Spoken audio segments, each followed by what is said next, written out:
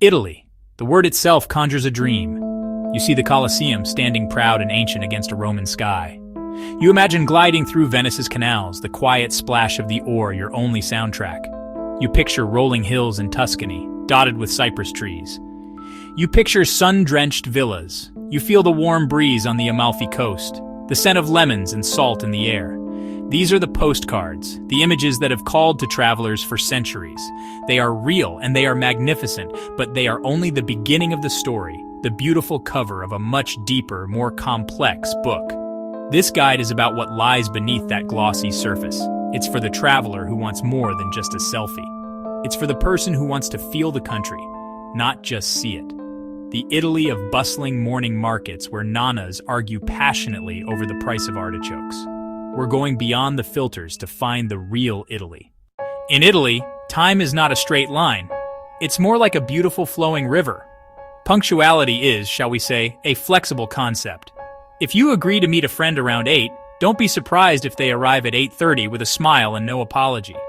This isn't rudeness. It's called la dolce vita, the sweet life, where human connection is more important than the minute hand on a clock. This relaxed approach extends to meals. Lunch can be a 2-hour affair, and dinner rarely starts before 8 p.m., often later. Trying to find a restaurant serving dinner at 6 p.m. is a sure way to identify yourself as a tourist.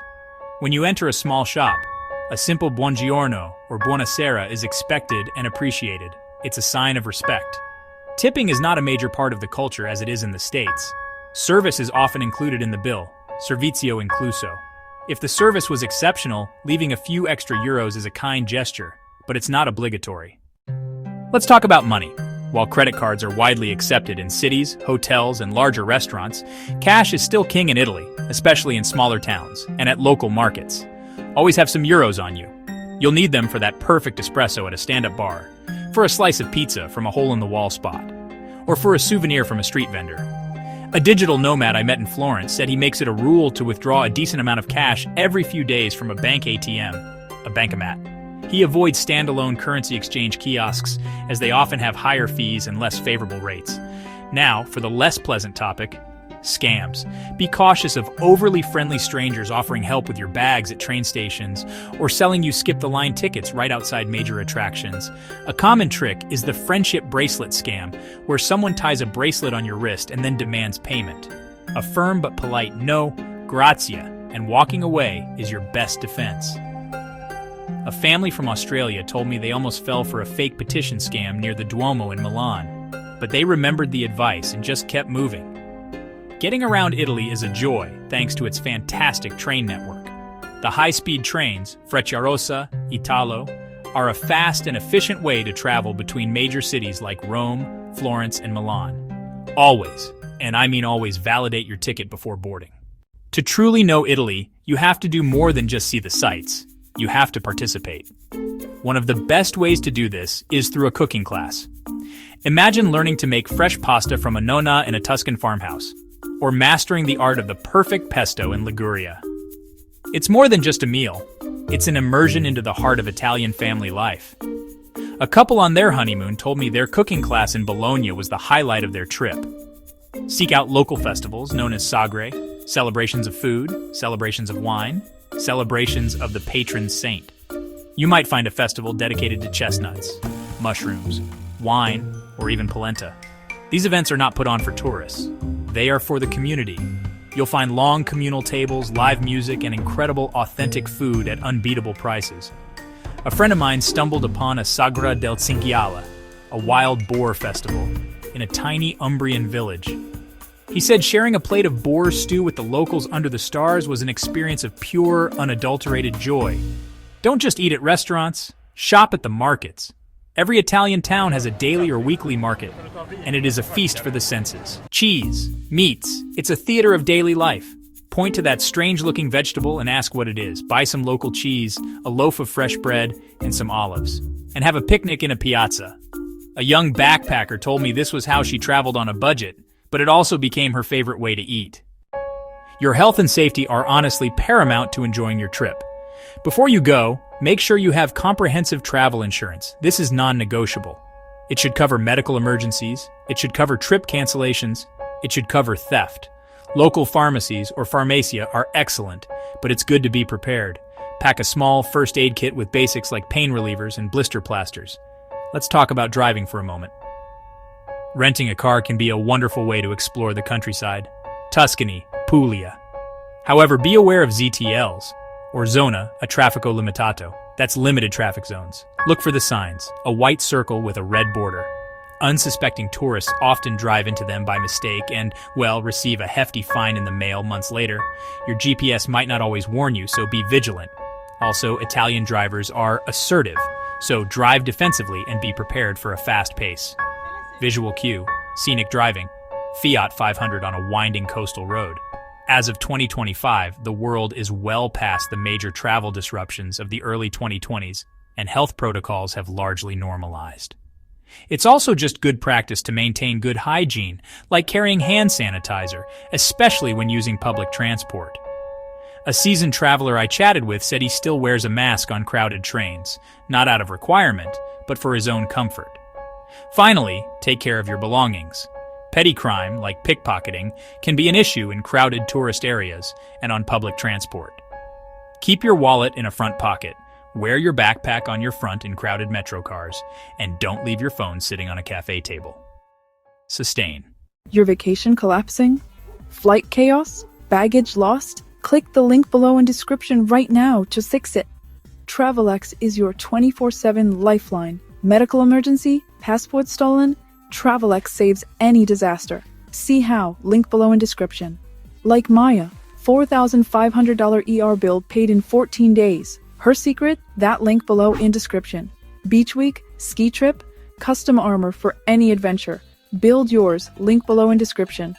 Don't lose $2,100 like 83% of travelers. Cover all your travel risks. Save your trip. Just click the link below in description. Go fearlessly. We've got your back. Final call. Link below in description. Choosing the right time to visit Italy can fundamentally change your experience. The peak summer months of July and August are hot, crowded, and expensive. Instead, consider the shoulder seasons, April to June, September to October. The weather is beautiful, pleasantly warm and perfect for sightseeing and alfresco dining. The crowds are smaller, the prices are lower, and the atmosphere feels more relaxed. A family from Canada raved about their trip in May. They enjoyed sunny days in Tuscany and cool evenings in Rome. Autumn is my favorite. Summer's scorch yields to golden light and the harvest begins. Perfect for food lovers. White Truffle Festival in Alba, La Vendemmia across wine regions. Winter has charms too. The north can be cold and foggy. The south, like Sicily, stays mild. Christmas brings presepe displays and festive piazza markets. Museums and galleries are almost empty in winter. A history professor travels only in January. He enjoys the quiet, contemplative atmosphere. No matter the season, Italy is unforgettable.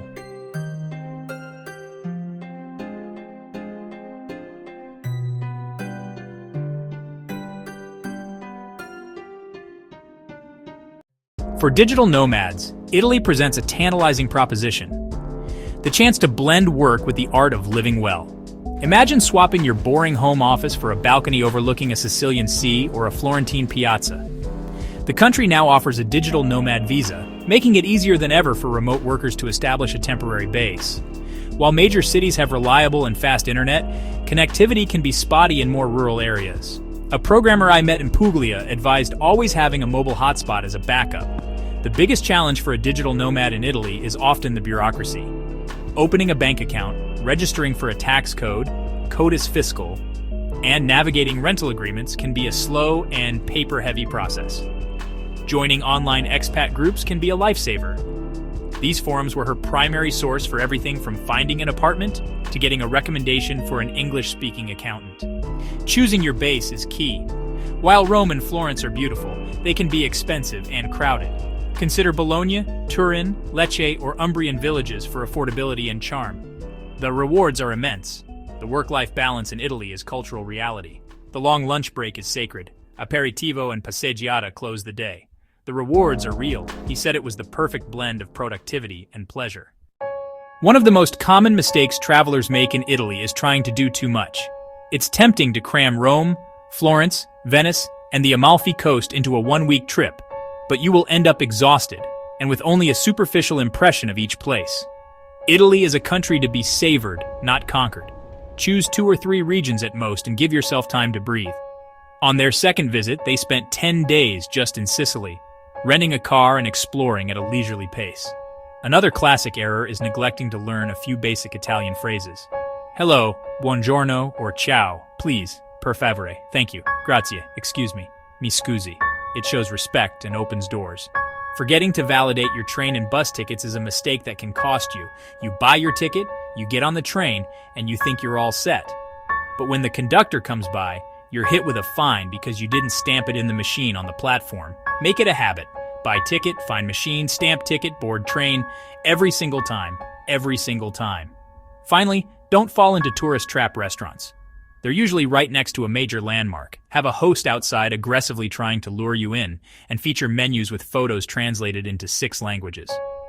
A good rule of thumb I learned from a chef in Rome: walk at least 5 blocks away from any major tourist site before you even start looking for a place to eat. Your taste buds and your wallet will thank you for the extra steps. So here we are. We've talked about the culture, the food, the logistics, and the unfiltered reality of this incredible country. We've armed you with practical hacks and insider knowledge to move beyond the surface. This guide is not a set of rules. It is an invitation, deeper, more personal, more meaningful. The true magic isn't ticking off a checklist of sites, it lies in the unscripted moments. Try to order in Italian, even if you stumble over the words. Get lost in the tangle of ancient streets. Sit in a piazza for an hour and just watch the world go by. These are the experiences that will weave themselves into the fabric of your memory. Moments that will become the heart of your journey. A traveler once told me, "I came to Italy to see art, but I left having learned a new art of living. That is the ultimate goal. Let the country change you. Let it slow you down. A good meal, a warm conversation, a beautiful view. This is just the beginning. Go deep, travel well, and let the unfiltered magic of Italy transform you." If you enjoyed this guide, please like, comment, and subscribe to Go Globetrotters YouTube channel. Don't miss the next episode in our Top 50 Countries in the World Real Playbook series.